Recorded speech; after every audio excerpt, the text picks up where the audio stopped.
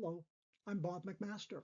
Welcome to another in a series of videos on the life and legacy of Edward Hitchcock, this one entitled Edward Hitchcock and the Geology of Connecticut. Edward Hitchcock was one of 19th century America's most eminent and influential scientists. He was the first geologist to undertake a state-sponsored geological survey, the first American geologist to publicly embrace the theory of continental glaciation, and the first to find evidence of dinosaurs in North America.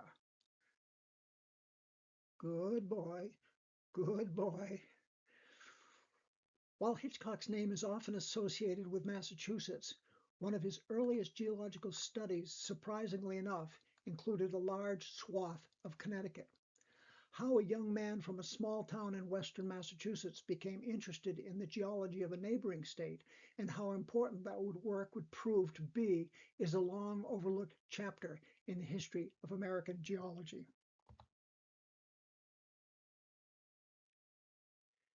Our story begins in 1817. In that year, 24-year-old Edward Hitchcock began exchanging letters with this man, Professor Benjamin Silliman of Yale College in New Haven, Connecticut, one of the most respected American scientists of his day.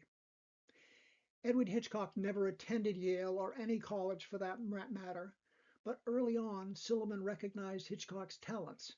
In spring 1819, he encouraged Hitchcock to visit New Haven and sit in on his classes. As it turned out, the timing could not have been more favorable for the young man. Silliman in that period was busy turning Yale into a hub, perhaps the major hub of the geological sciences in North America. Just months earlier, he had inaugurated a new journal, the American Journal of Science, devoted to showcasing some of America's leading scientific minds. It continues to thrive over 2 centuries later. Silliman published Hitchcock's first major article in the second issue of the new journal in July 1819. In September of that same year, Silliman hosted the first meeting of a new organization, the American Geological Society, at Yale. It included some of the most important figures in American science of that era, including George Gibbs, Alexander Fisher, and Stephen Elliott, all of Yale, Parker Cleveland of Bowdoin College in Maine, and William McClure of the Academy of Natural Sciences in Philadelphia.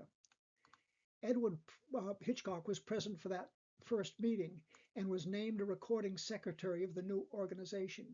Clearly, he had found himself in the right place at a most fortunate moment. Over the summer and autumn of 1819, Hitchcock took a number of excursions in the New Haven area to Lyme, Cheshire, East Haven, and Branford, and across the Sound to Long Island. The idea for a study of the lower Connecticut Valley may well have had its genesis in this period.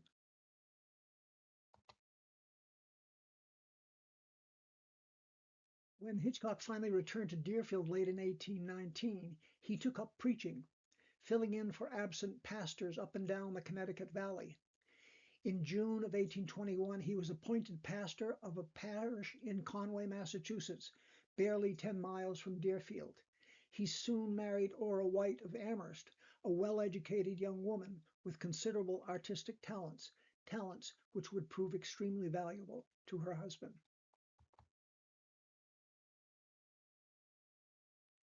Just 2 months into his new post, we can see that Hitchcock had more than his ministerial duties on his mind when he penned this letter to Professor Silliman. I have, sir, a proposal to make, which perhaps you may deem chimerical or improper. It is that we should unite in forming a geological map of the secondary region from New Haven to Vermont. This is an interesting region, and it appears to me a correct map with an accompanying memoir exhibiting the whole of this region at one time and describing minutely its geology and mineralogy must be serviceable to science. As to the execution of the map, the same person who made my former ones is now my colleague and will undertake it again, if wished. That colleague was, of course, his bride, Orra White Hitchcock. Silliman declined, pleading poor health, but he nevertheless gave every possible encouragement to his young protege in this new project.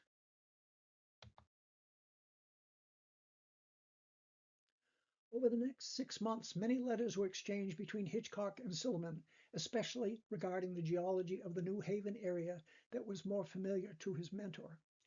He also received valuable advice from 3 geologists, all Yale graduates, James Gates Percival, John Pierce Brace, and Amos Eaton. Orra drew this preliminary map of central Connecticut that Edward sent to Professor Silliman for his input. By the following summer, the project was complete.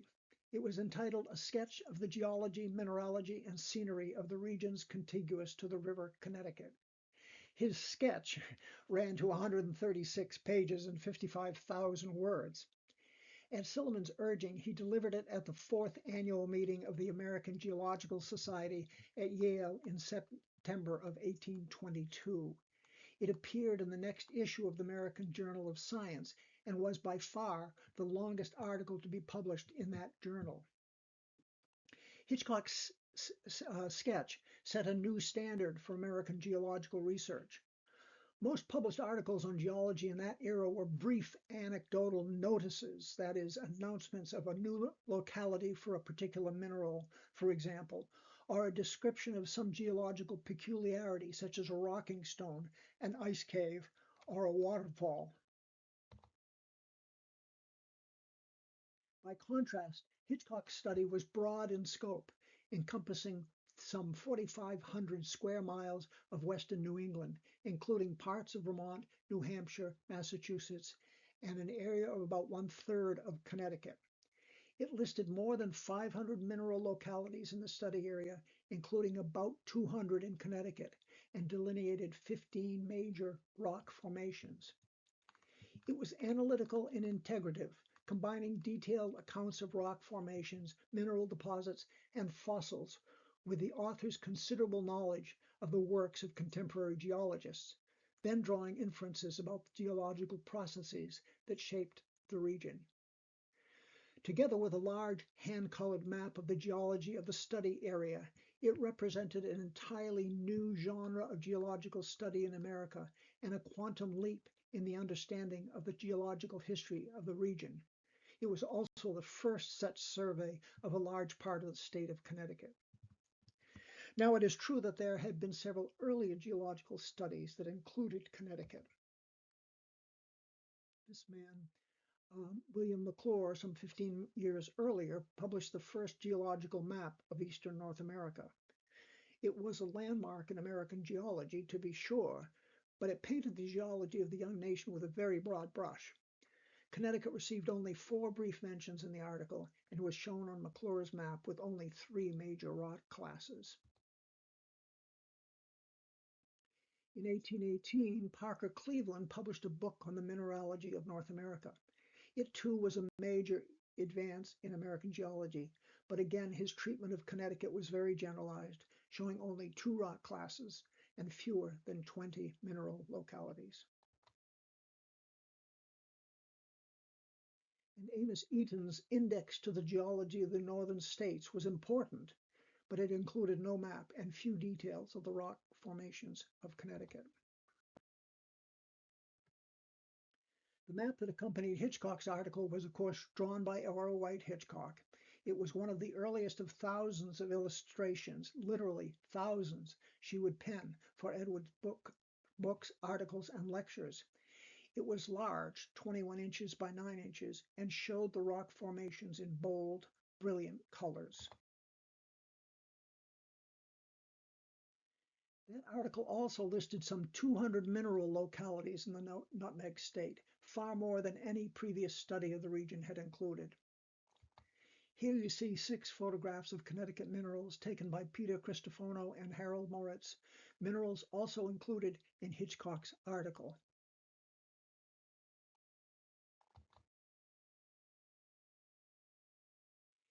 This is the Connecticut portion of Orra's map with the legend showing the 15 rock formations identified by Edward in the study area. He not only described and delineated the extent of those major rock formations, he also discussed their uses and economic importance, together with some interesting, sometimes even amusing, anecdotes. Perhaps most importantly, he attempted to place the rock formations in a historical context. I'll mention just a few of the rock formations of Connecticut that I think you will find particularly interesting. One reason for Hitchcock's interest in the geology of the New Haven area was its striking similarity to the geology of the Connecticut Valley in western Massachusetts. High above Deerfield, Massachusetts, where Hitchcock grew up, there looms a dramatic ridge some 200 feet above the valley floor. It is composed of two rock types, greenstone and red sandstone, and he found lots of both in central Connecticut. If the term greenstone is unfamiliar to you, it is better known today as basalt or trap rock. According to his map, the greenstone formation covered about 10% of the study area in Connecticut. He described the characteristics of this rock in detail, including its distinctive polyhedral columns. He wrote, "They have from 3 to 6 sides, are articulated, the points varying from 1 to 3 feet in diameter and of the same height, exhibiting handsome convexivities and corresponding concavities. Repeated freezing and thawing cause those columns to crumble, forming great piles at their base, as shown in these photos of the Cheshire Trap Rock Quarry in Cheshire, Connecticut, and Titan's Piazza in Hadley, Massachusetts." In 1833, Hitchcock wrote of greenstone, "This is one of the most enduring of all rocks, but it is usually so much divided by irregular seams into small and shapeless blocks that it is but little employed either in the construction of houses or walls." Wouldn't Edward Hitchcock be surprised to learn that by mid-20th century, that seemingly useless rock would be widely used as a base material in road and railroad construction and as a component of asphalt and concrete. In fact, trap rock today is the most valuable mineral resource in both Massachusetts and Connecticut, far more valuable than the granite and limestone mined as dimension stone for building construction in his day or today. Lying atop the primitive greenstone, Hitchcock frequently observed what he termed old red sandstone, a sedimentary rock deposited on the beds of ancient rivers. Geologists in Europe at that time described two red sandstone formations, which they named Old and New based on their relative positions. In England, Wales, coal lay between those two strata. So when Hitchcock found the red sandstone of the study area just above the primitive greenstone, he concluded that it must be the same as the old red sandstone of Europe. He found strata resting on top of that old red sandstone that looked something like coal, hence the designation coal formations. But a decade later, he altered that opinion, referring to all the sandstone of the Connecticut Valley as new red sandstone, based on the presence of vertebrate remains in the valley. Red sandstone covered some 20% of the study area in Connecticut, as you can see on this map. Hitchcock also described a variety of red sandstone with a brownish tinge that was found from East Haven north to Manchester. He wrote, "This rock is extensively quarried for the purpose of building in almost every town along the river. Noble specimens may be seen in the vestibules of the churches in New Haven." It later became known as brownstone, giving its name to many homes constructed of it in New York City. Over a decade later, those now famous dinosaur tracks were discovered in the red sandstone of the Connecticut River Valley, both in Massachusetts and Connecticut. Hitchcock would be the first scientist to study them in detail and recognize their significance. According to Hitchcock, gneiss was a primitive rock similar in composition to granite, but often somewhat stratified, frequently grading into mica slate and a darker, denser rock known as hornblende slate. Wrote Hitchcock, This mixture of gneiss with other rocks and the consequent indistinctness of character render it, in some instances, not very easy to give its limits. Hitchcock reported that while gneiss was the most abundant rock in New England, it was not abundant in the Connecticut River Valley, becoming much more common to the east and west of the study area, as you can see on the map.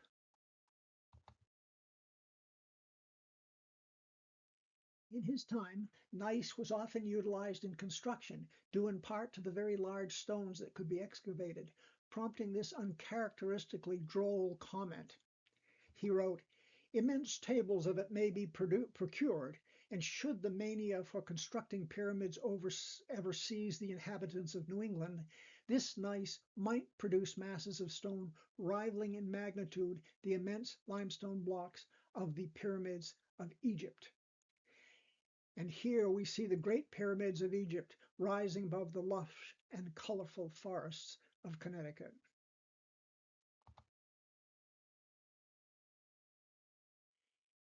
In that period, significant coal deposits had been discovered in Rhode Island, and rumors circulated that there might be marketable coal in Connecticut. Hitchcock found coal in dozens of Connecticut towns, from East Haven to Suffield. While he noted that Connecticut coal was generally of good quality, the quantities he observed were very limited. Because of this, he noted that the occurrence of the coal hitherto discovered in thin beds and veins only render it very doubtful whether extensive beds of this valuable mineral will ever be found in them. Bad luck, Connecticut. Or, given the history of the coal industry elsewhere, perhaps we should say, good luck, Connecticut.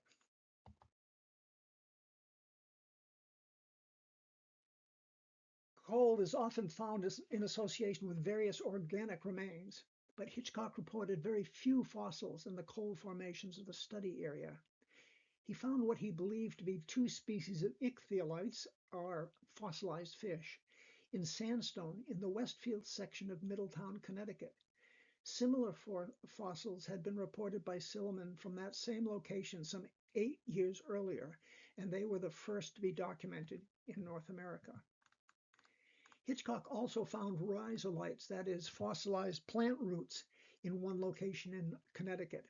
He wrote, "The longest specimen of rhizolite I have seen occurs on the roadside, 1/2 mile south of Newgate Prison, being not less than 7 or 8 feet in length." If anyone watching knows anything about that specimen, I'd be very interested to hear from you.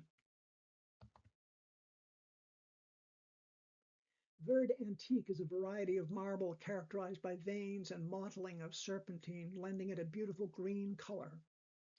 Hitchcock found this rock in only one location in the study area, a narrow band beginning in Milford near the Sound and extending northward about 10 miles. Of this small formation, he wrote, "From these quarries are obtained a marble which vies for elegance with any in the world." So beautiful was the rock from those quarries that it found its way into elegant homes in New Haven, as well as the Smithsonian, the U.S. Capitol Building, and the East Room of the White House in Washington, D.C. We have to wonder if any of that wonderful Connecticut stone survived the recent demolition of the People's House. In the final section of his article, Hitchcock described 14 summits and 3 waterfalls of exceptional beauty in the study area, offering this rationale. We here find a rich diversity of scenery, so that not only the geologist, but the poet and the painter and every man of correct taste will find an interest in its beauties. In Connecticut, he described 6 mountains or hills offering wide panoramas, beginning with 2 of the most dramatic geological features of the state that are no doubt familiar to every Connecticut resident, East Rock and West Rock. He mentioned Mount Carmel in Hamden, today known as the Sleeping Giant, which Benjamin Silliman described as that remarkable knob.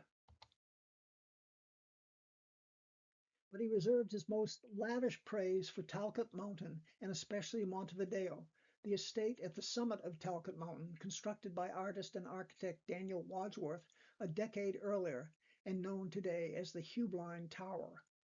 That site was depicted by the great American landscape artist Thomas Cole in 1828. In the last section of his sketch, entitled Miscellanies, Hitchcock made some important observations that would have great consequences eventually. One had to do with huge boulders he referred to as rolled masses. He wrote, along the Connecticut River, large boulders in great numbers are not commonly found removed many miles from the spot where they originated. But to this there are many exceptions. A most remarkable one occurs a few miles west of New Haven, in Woodbridge and Milford. The diameter of the loose fragments varies from an inch to 20 or even 30 feet, and they are usually rounded, indicating attrition. Some of the highest of these boulders are found insulated on the pinnacles of our mountains. And here you see photos of two of those rounded masses in that area.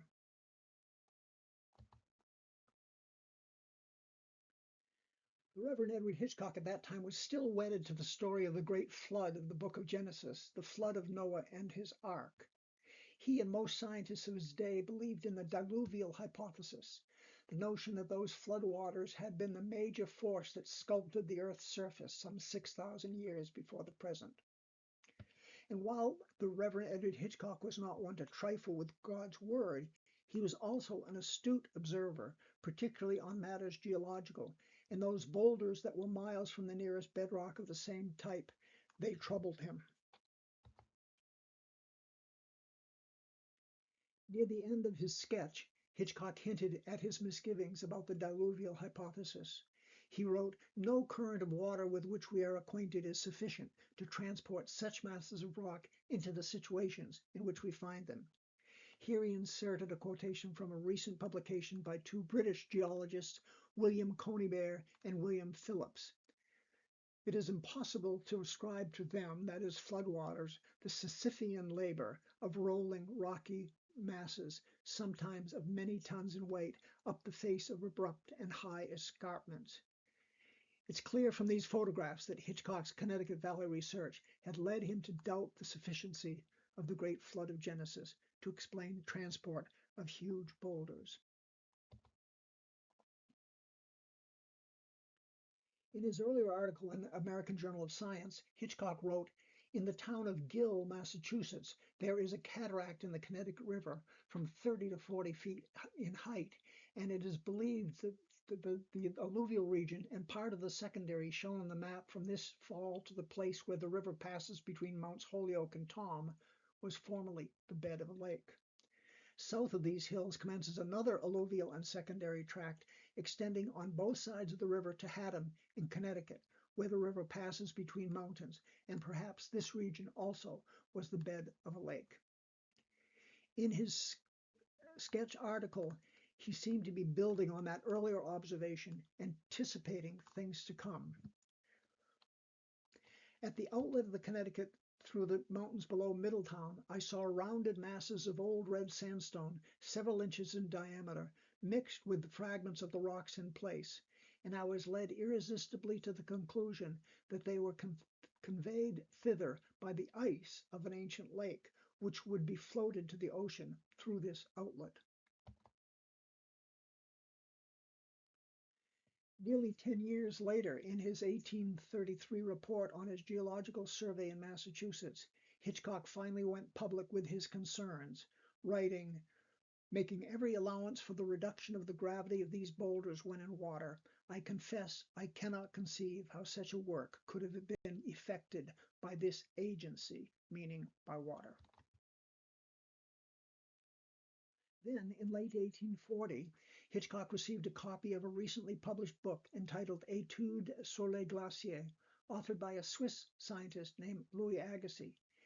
He and several other European scientists proposed the revolutionary idea that ice, not water, was the principal agent responsible for sculpting much of the surface of the northern hemisphere, that an enormous ice cap had accumulated in the polar regions to the north, gradually expanding southward over millennia.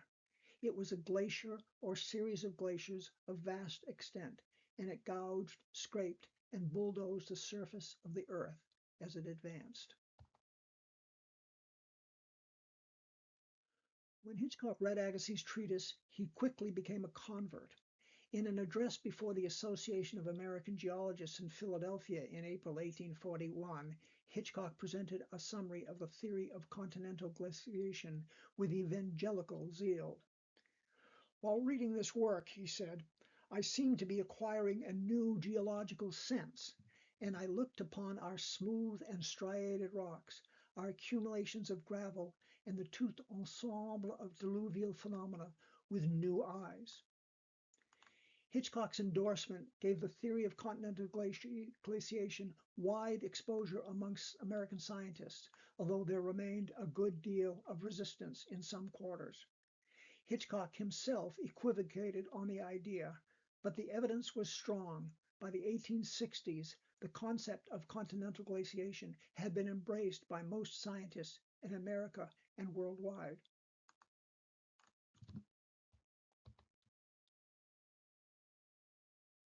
Edward Hitchcock's 1823 sketch was important on many levels. First, it kick-started Hitchcock's career, thrusting him into the limelight of North American geology, and it represented an entirely new approach to research and writing. Second, it was a milestone for the Constitution state, which could now lay claim to the first large-scale geological survey in the nation, one that would be replicated first in Massachusetts and soon after in dozens of other states. Connecticut would forevermore be linked with one of the brightest young stars in the firmament of American science in the 19th century. Third, decades later, it would help to pave the way for the acceptance of the theory of continental glaciation in North America. Edward Hitchcock didn't originate that theory, but his observations of the ancient lakes of the Connecticut Valley, of those enormous boulders strewn over the landscape, of those remarkable fossilized fish, all gave weight to that radical new theory of how the Earth's surface was shaped and molded. It should be a source of pride to all nutmeggers that the earliest insights into that theory were inspired by the broad lowlands and rugged ridges of central Connecticut.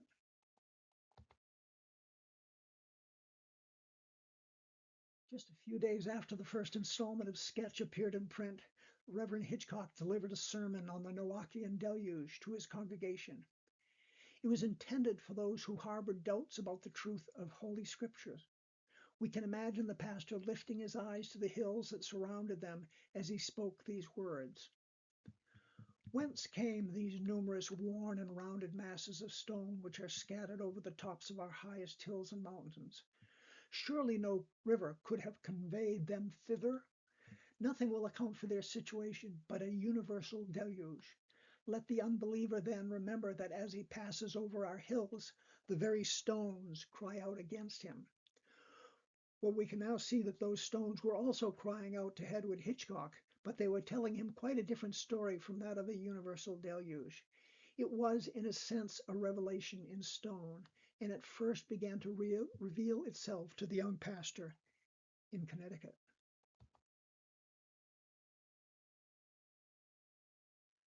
I'd like to acknowledge some of the people and institutions that aided me in my research. I'm especially indebted to the Amherst College Archives and Special Collections for providing access to their collection of thousands of pages of Hitchcock's notes, letters, and sermons. For more information on Hitchcock's early Connecticut research, you may wish to read my article that appeared in the spring 2026 issue of the Connecticut History Review. You'll find a link to that issue below. I invite you to read my book, All the Light Here Comes From Above, The Life and Legacy of Edward Hitchcock. It's now available in print, digital, and audiobook formats. I have a website, www.edwardhitchcock.com, that includes much more information about Hitchcock and my book. I especially encourage you to visit my blog, Hitchcockiana, where I post new insights and news on Hitchcock, his family, and his work. Finally, you will find a number of other Zoomcasts on Edward Hitchcock and his legacy on my YouTube channel. Two that are particularly relevant are Edward Hitchcock and the Geology of Rhode Island and Edward Hitchcock, America's Dinosaur Pioneer. If you enjoyed this video, I invite you to click the like and subscribe buttons below. Please feel free to add a comment as well. Thank you for joining me today.